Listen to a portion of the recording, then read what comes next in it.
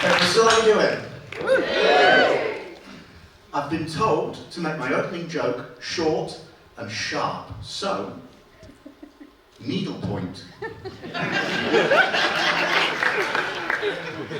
is how my wife describes my erection. So glad I shared that. Right, quick question, ladies and gentlemen. Give me a cheer if you love a good quiz. That checks out. I ask a question and every quiz lover in the audience goes, "Oh, I know this. It's me! I'm the answer." Points for everyone who cheered to help you feel at home. I love a good quiz too. I've even been on a few quiz shows on the telly. Yeah, that's right, you might remember me. I've got to say, whilst individually they were all fantastic experiences, I've come to realise that collectively they're this rather depressing chronicle of my journey from early adulthood to middle age. I'll explain what I mean.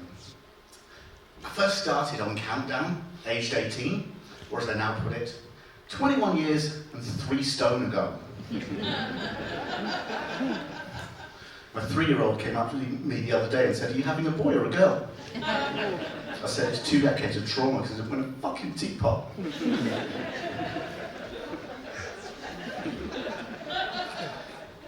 A few years later, I was on the very first series of Tipping Point.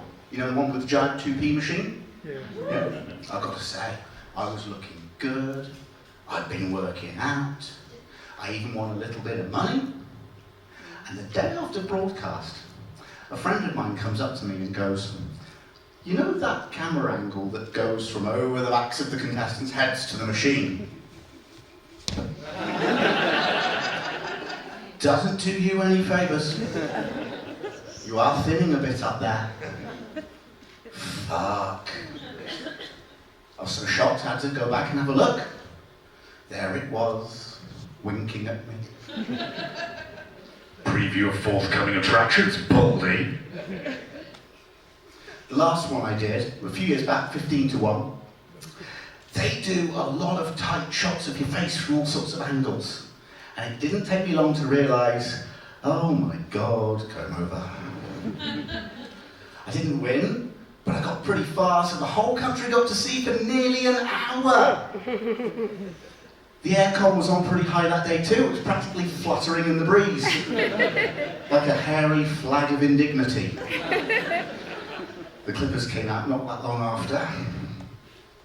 These days, I just take part in the local pub quiz, local celebrity. I love a good pun for a pub quiz team now.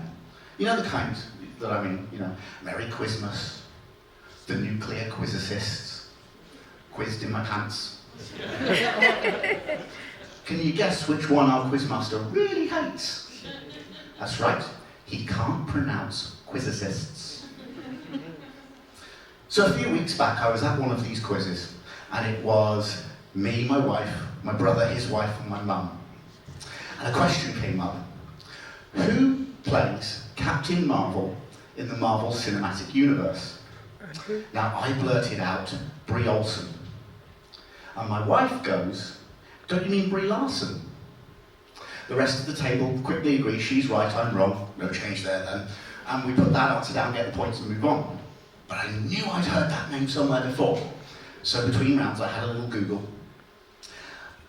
Brie Olsen, ladies and gentlemen, is a porn star.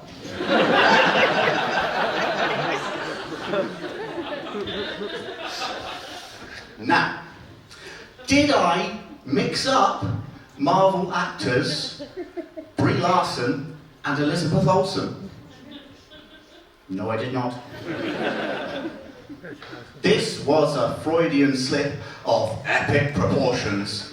And it's just not a true Freudian slip unless it's in front of your mum, ladies and gentlemen. I was quickly busted. Tried my best to say I did it for laughs, gonna style it out, you know how it is. And all I did was keep digging.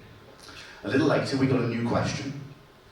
Which British magician was married to former Strictly star Debbie McGee? The answer, anybody? Paul Daniels, points over there. I said Stormy Daniels.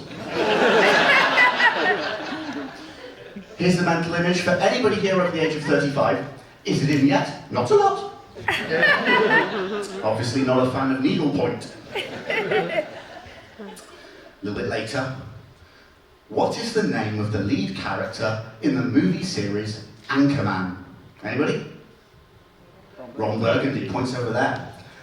I said Ron Jeremy. It's practically the same movie, but at the end of each news bulletin, he stands on the desk, pulls down his pants and starts helicoptering as he says, "You stay classy, San Diego."